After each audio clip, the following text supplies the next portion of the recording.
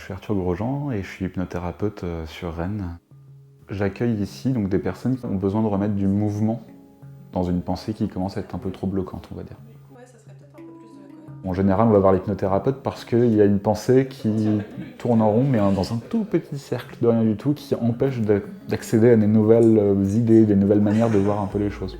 Moi, mon travail, ça va juste consister à faire une petite pichenette, à aider à faire cette pichenette-là qui va faire que le cercle va s'agrandir de plus en plus, donc la personne ne va pas changer, on ne change pas une personne, elle va juste avoir plus de place pour accueillir des nouvelles manières de voir les choses en quelque sorte.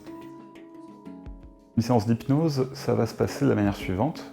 On accueille le client dans son cabinet, on discute avec cette personne pendant au moins une demi-heure pour bien comprendre sa problématique, la faire verbaliser. Au bout d'une demi-heure, généralement, on commence à avoir un premier axe de travail qui va se dégager, donc on va le soumettre à la personne pour s'assurer que c'est OK pour elle. On va introduire l'hypnose, on va faire parler la personne sur ses perceptions de l'hypnose pour voir aussi les préjugés qu'elle peut en avoir et s'adapter aussi en fonction de ça. Encore une fois, déverrouiller les peurs qu'on peut avoir par rapport à l'hypnose. On va aussi donner des éléments de réassurance pour s'assurer que la personne va bien vivre son expérience et aura vraiment cet espace de liberté.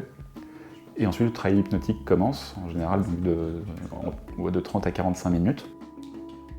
Au bout de 45 minutes, on ramène la personne, on la fait revenir, on va un peu débriefer, on va s'assurer que la personne est bien revenue, on va un tout petit peu débriefer. La personne en face de moi, c'est elle qui travaille, et moi je ne fais qu'ouvrir une porte. Et je guide avec évidemment des outils, une manière de parler, mais derrière, la personne vit son expérience, et moi à aucun moment je vais juger ce qui se passe, quoi.